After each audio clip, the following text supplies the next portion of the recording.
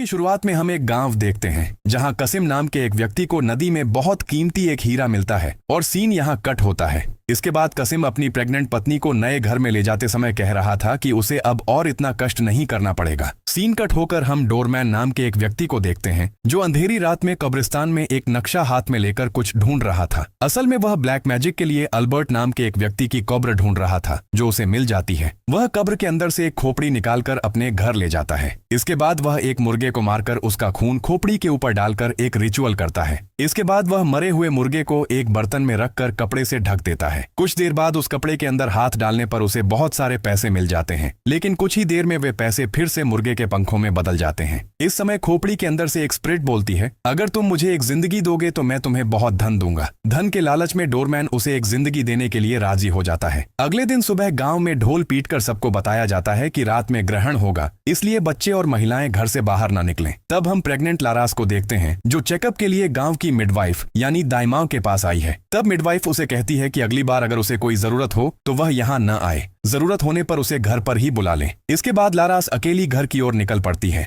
इसके बाद हम कसिम को देखते हैं जो कर्ज के पैसे वापस न करने के कारण उचम नाम के एक व्यक्ति को मार रहा था। दरअसल कसिम हीरा मिलने के बाद गांव का बहुत बड़ा जमींदार बन गया है। उधर लारास जंगल के अंदर से घर जाते समय एक कुत्ता उसका पीछा करना शुरू कर देता है। कुत्ते से बचने के लिए वह भागने लगती है और अंधेरा हो जाता है। तभी उसके सामने डोरमैन आ जाता है। दरअसल कुत्ता डोरमैन का ही था। डोरमैन लारास को ही अपना शिकार बनाता है। डोरमैन उसे अल्बर्ट की कब्र के ऊपर रख देता है और कब्र की मिट्टी अंदर धंस जाती है और वह पहुंच जाती है शैतानों की दुनिया में जो अल्बर्ट का अड्डा था। वह लड़की को देखते ही उसके साथ जबरदस्ती करने लगता है। इधर कसिम लारास को न पाकर अपने लोगों के साथ जंगल के अंदर लारास को ढूंढने निकल पड़ता है। कुछ दूरी पर लारास के चिल्लाने की आवाज सुनकर वे सब उस तरफ जाते हैं। वे देखते हैं लारास उस कब्र के ऊपर पड़ी रो रही थी। लारास को देखते ही मिडवाइफ कहती है डिलीवरी का समय हो गया है। डिलीवरी के समय लारास को बहुत दर्द हो रहा था और कसिम अपने लोगों को समझा रहा था कि लारास के साथ जंगल के अंदर जो हुआ है वह किसी और को न पता चले। इसी बीच लारास का चिल्लाना सुनकर कसिम उसके पास जाता है। तभी लारास की डिलीवरी हो जाती है, लेकिन उनका कोई बच्चा पैदा नहीं होता है। एक अजीब तरह की चीज पैदा हुई है। उस अजीब अंडे जैसी चीज को मिडवाइफ अपनी बेटी को कपड़े से अच्छी तरह बांधकर रख देने को कहती है, क्योंकि ग्रहण चलते रहने पर चांद की रोशनी इस पर न पड़े।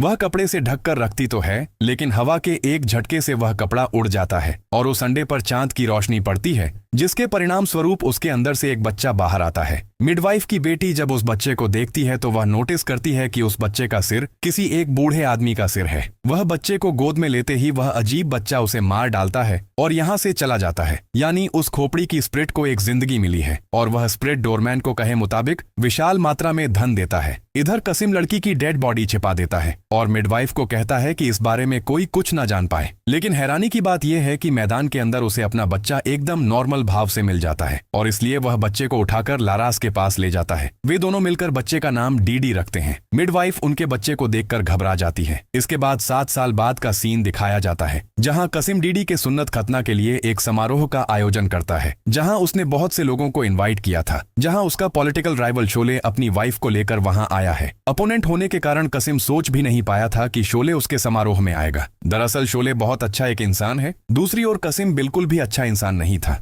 इधर डीडी को शाही तरीके से घर में लाया जा रहा था, जहां एक फोटोग्राफर लगातार उसकी तस्वीर खींच रहा था और वहां अलग अलग आयोजन किया गया था, जिसे देखकर उसे बहुत मजा आ रहा था। लेकिन जैसे ही डोरमैन उसके सामने आता है, ठीक तभी डीडी के अंदर अल्बर्ट की स्पिरिट जाग उठती है और अनजाने में ही डीडी समारोह के आर्टिस्टों को वश में कर लेता है, जिसके परिणाम स्वरूप वे खुद ही अपने अंग काटने लगते हैं, जिसके कारण वहां अफरा तफरी मच जाती है। यह देखकर डोरमैन और डीडी एक तरह का आनंद लेने लगते हैं। इसके बाद घर में समारोह शुरू होता है, लेकिन क्यों न जाने हज्जाम का नाइफ टेढ़ा हो जाता है। तब वहां मिडवाइफ भी चली आती है। अब वहां मौजूद लोग अलग अलग टिप्पणी करने लगते हैं। ऐसे समय अजान शुरू होती है तो डीडी अस्थिर होने लगता है। ये देखकर हज्जाम कसिम से कहने लगता है कि उसके बेटे के अंदर शैतान है, लेकिन कसिम उसकी कोई बात नहीं सुनता है, बल्कि हज्जाम को अपने लोगों से बाहर निकलवा देता है। इसके साथ ही सभी अतिथियों को भी घर से बाहर निकलवा देता है। मिडवाइफ कसिम को डीडी के बारे में सतर्क करती है, लेकिन कसिम उसे पैसे देकर चुप रहने को कहता है। उस रात फोटोग्राफर के साथ अजीब घटनाएं होने लगती हैं। इधर कसिम के घर का दरवाजा अपने आप खुल जाता है। फोटोग्राफर देखता है फोटो में डीडी के सिर की जगह किसी और बूढ़े व्यक्ति का सिर है जो उसे हॉन्ट करता है। अचानक फोटो का वह शैतान उसके सामने आ जाता है। डर के मारे वह बाइक से भागने लगता है, लेकिन रास्ते के बीच में डीडी को देखकर वह कंट्रोल खोकर बाइक से गिर जाता है। तभी दूसरी एक गाड़ी आकर उसे एक्सीडेंट करती है और वह मर जाता है। अचानक कसिम की नींद खुल जाती है। वह डीडी के कमरे की तरफ जाता है, लेकिन वह वहां जाकर देखता है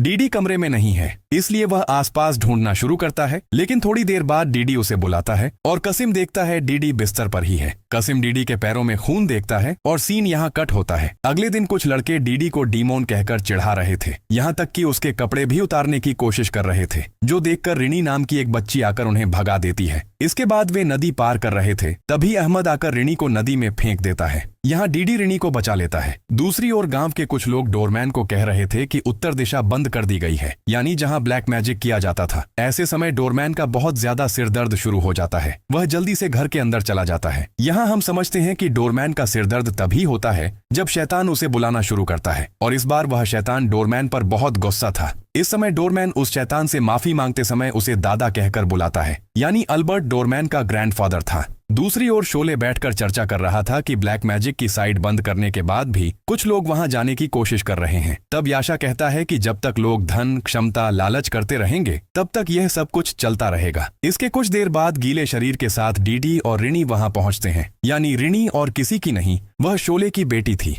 इसके बाद कपड़े बदलने के बाद वे सब खाना खाने बैठते हैं। यहाँ याशा खाने से पहले प्रार्थना करने को कहता है, लेकिन डीडी खाने से पहले प्रार्थना कैसे करनी है यह जानता ही नहीं था, इसलिए वह खाना न खाकर वहां से चला जाता है। इसके बाद डीडी नदी के किनारे अहमद को देखता है और वह उसे नदी के अंदर धक्का देकर वहां से भाग जाता है। अहमद उसका पीछा करता है, लेकिन डीडी जैसे वहां से गायब हो गया था। अचानक वह डीडी का शैतान रूप देखकर डर के मारे भाग जाता है। दूसरी ओर एक घोड़ा पागल की तरह दौड़ते दौड़ते अहमद के ऊपर ही चढ़ जाता है, जिसके कारण अहमद का पैर बुरी तरह से घायल हो जाता है। डीडी ने ही घोड़े से यह काम करवाया था। इसके बाद डीडी घर लौटकर घर के पीछे साइकिल चलाने लगता है। तभी उसके घर पर रिनी और यूनी डीडी के कपड़े और कुछ खाना लेकर आए थे। लारास रिनी को डीडी के साथ खेलने के लिए घर के पीछे भेज देती है, जहां जाकर रिनी डीडी को देख नहीं पाती है। लेकिन अचानक जब वह उसके सामने आता है तब रिनी उसके मुंह पर खून देखती है। रिनी इस बात को ज्यादा इंपॉर्टेंस नहीं देती है। इसके बाद वे खेलने लगते हैं। इधर यूनी लारास से नमाज के बारे में पूछती है, लेकिन लारास नमाज कैसे पढ़नी है यह जानती ही नहीं थी,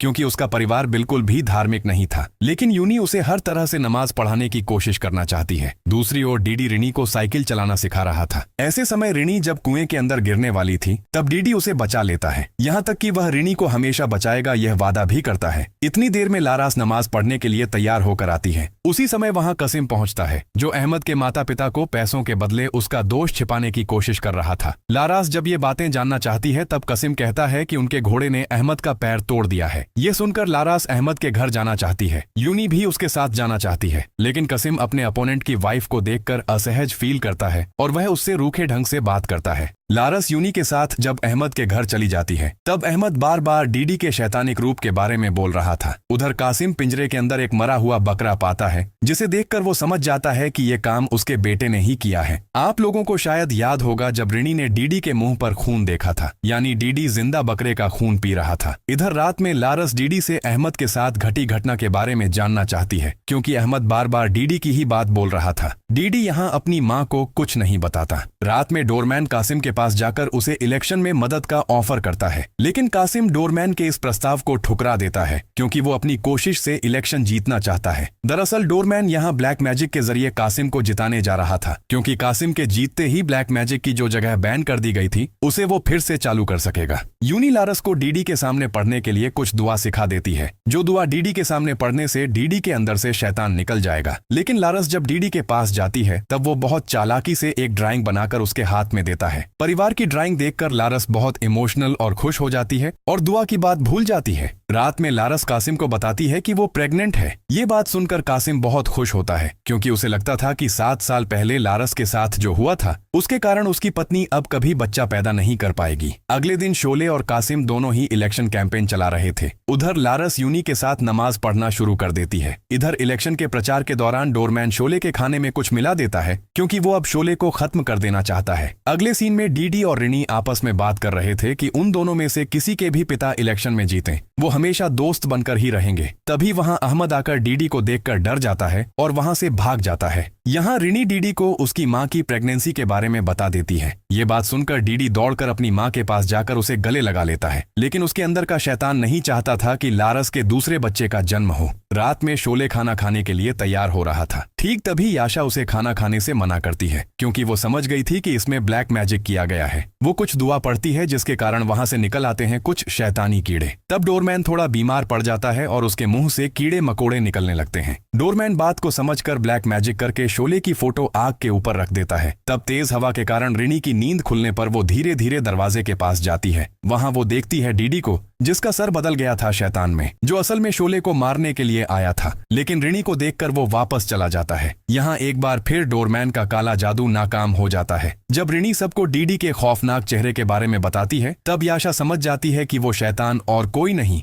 बल्कि अल्बर्ट की स्पिरिट है। याशा बताती है कि बहुत पहले गांव में एक पुर्तगाली था जिसे बंदर का सर खाने का शौक था, और गांव के जो लोग उसके खिलाफ बोलते थे वो उन्हें टॉर्चर करता था, यहाँ तक कि उस गांव की औरतों के साथ जोर जबरदस्ती करता था। इन सब वजहों से गांव के लोग तंग आकर उसे बेरहमी से मार डालते हैं, जहां उन्होंने उसके हाथ पैर शरीर से अलग कर दिए थे। याशा ये भी कहती है कि अल्बर्ट की स्पिरिट को वापस लाने वाला बस एक ही है और वो डोरमैन ही है। और पूरे गांव में ऐसी बात फैली थी कि डोरमैन अल्बर्ट का ग्रैंडसन है। और सबसे बड़ी बात यह है कि डोरमैन और याशा ने एक ही टीचर के पास पढ़ाई की थी। याशा इस गांव में सिर्फ बच्चों को पढ़ाने के लिए नहीं बल्कि डोरमैन को रोकने के लिए आई है। अगले दिन डीडी घर लौटकर लारस से कहता है, तुम्हारे बच्चे को बचाने के लिए मैं अब स्कूल नहीं जाऊंगा। इसके बाद डीडी साइकिल लेकर खेलते खेलते कुएं में गिर जाता है और उसी वक्त लारस उसे बचाने जाती है, लेकिन डीडी के अंदर मौजूद शैतान लारस को मारने के लिए खींच रहा था। कुएं में गिरने के बाद लारस अल्लाह से मदद मांगने लगती है। तब डीडी होश में आकर चिल्लाने लगता है और उसकी चीख सुनकर कासिम दौड़ कर आता है और कुएं में कूदकर लारस को बचा लेता है। बाद में यूनी लारस को चेक करके बताती है कि लारस और उसका बच्चा पूरी तरह ठीक है। लेकिन तभी जब लारस को होश आता है तो वो कहने लगती है कि डीडी ने उसे कुएं में धक्का दे दिया है। अगले सीन में कासिम का एक आदमी मिडवाइफ को इलेक्शन के लिए पैसे देता है और कहता है कि कासिम ने उसे घर बुलाया है, इसलिए वो कासिम के घर के लिए निकल पड़ते हैं। लेकिन रास्ते के बीच में डीडी के अंदर मौजूद शैतान उस आदमी को मार डालता है और मिडवाइफ वहां से भागकर टॉयलेट के अंदर छुप जाती है। लेकिन डीडी वहां भी आकर उसका पेट चीरकर उसे मार डालता है। इसके बाद डोरमैन बंदर का सर खाकर ब्लैक मैजिक करता है। वो फिर से शोले को मारने के लिए ब्लैक मैजिक करता है। शोले रिनी को घर में रहने के लिए बोलकर कासिम के घर से यूनी को लाने के लिए निकल पड़ता है। जब शोले जा रहा था तब उसके सामने डीडी आ जाता है। वो पहले उससे मदद मांगने का नाटक करता है, लेकिन थोड़ी देर में ही वो शैतान में बदल जाता है और शोले पर अटैक करता है। ठीक तभी रिनी आकर उसे रोक देती है, क्योंकि डीडी ने रिनी से वादा किया था कि वो उसे कोई नुकसान नहीं पहुंचाएगा। दूसरी तरफ याशा डोरमैन के अड्डे पर चली जाती है, जहां उनके बीच लड़ाई चलती रहती है। याशा डोरमैन को हरा देती है। इधर शोले डीडी को लेकर कासिम के घर आ जाता है। इसी बीच याशा भी कासिम के घर पहुंचती है। यहाँ याशा डीडी पर एक्सोर्सिज्म शुरू करती है।